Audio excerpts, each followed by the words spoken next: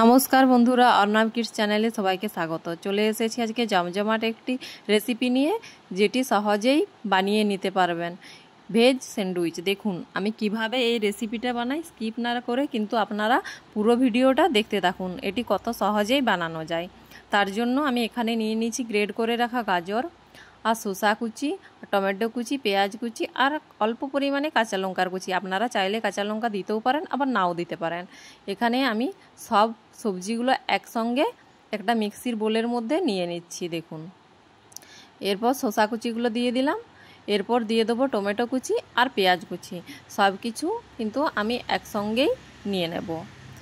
দেখুন আমি সব কিছু একসঙ্গে নিয়ে নিলাম। এরপর এখানে আমি দিয়ে দেবো স্বাদ অনুযায়ী লবণ। এখানে কিন্তু আমি এমনি লবণ ব্যবহার করছি না, এখানে কিন্তু আমি বিট লবণ ব্যবহার করছি। আর দিয়ে দিচ্ছি গোলমরিচের গুঁড়ো হাফ চামচ মতো, আর দিয়ে দিচ্ছি মেয়োনিজ। দেখুন এখানে আমি ভেজ মেয়োনিজ দিচ্ছি। এরপর এগুলো খুব ভালোভাবে একসঙ্গে আমি মিক্স করে নেব। দেখুন সুন্দরভাবে এগুলো কিন্তু আমি একসঙ্গে মিক্স করে নিলাম। আপনারা চাইলে কিন্তু এখানে সেদ্ধ করে রাখা গ্রেড করে আলুও আপনারা দিতে পারেন। দেখুন আমার স্টাফিংটা কিন্তু পুরোপুরিভাবে রেডি হয়ে গেছে। এরপর এখানে আমি নিয়ে নিয়েছি 4টে ব্রেড। ব্রেড আপনারা যে কোনো মুদির দোকানে কিনতে পেয়ে যাবেন। দেখুন এরপর এই একটা ব্রেড আমি নিয়ে নিচ্ছি। এরপর এখানে আমি দিয়ে দেবো অল্প পরিমাণে বাটার। এই ব্রেডটার চারিপাশে কিন্তু পুরোটাই আমি অল্প পরিমাণে বাটার লাগিয়ে দিলাম। এরপর এখানে আমি দিয়ে দিচ্ছি ওই স্টাফিংটা। দেখুন সুন্দরভাবে যে পুরটা আমি বানিয়ে রেখেছি সেটা আমি ব্রেডের চারি সাইড সমান করে কিন্তু দিয়ে দেবো সুন্দরভাবে।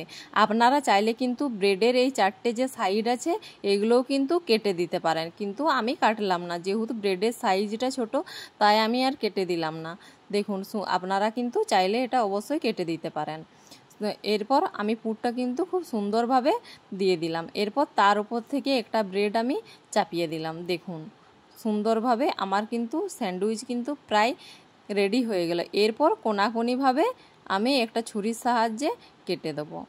দেখুন আমার কিন্তু ভেজ স্যান্ডউইচ রেডি।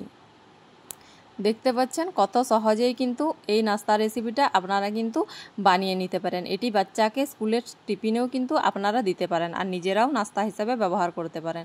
দেখুন আমি পুরো স্যান্ডউইচগুলোই কিন্তু বানিয়ে নিয়েছি। দেখতে কত সুন্দর লাগছে, খেতেও কিন্তু অসাধারণ লাগবে।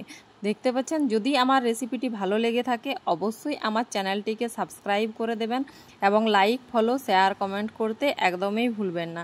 ফিরে আসছি নিত্য নতুন রেসিপি নিয়ে। ততক্ষণ ভালো থাকুন, সুস্থ থাকুন, সাবধানে থাকুন। দেখা হচ্ছে পরের একটা ভিডিওতে।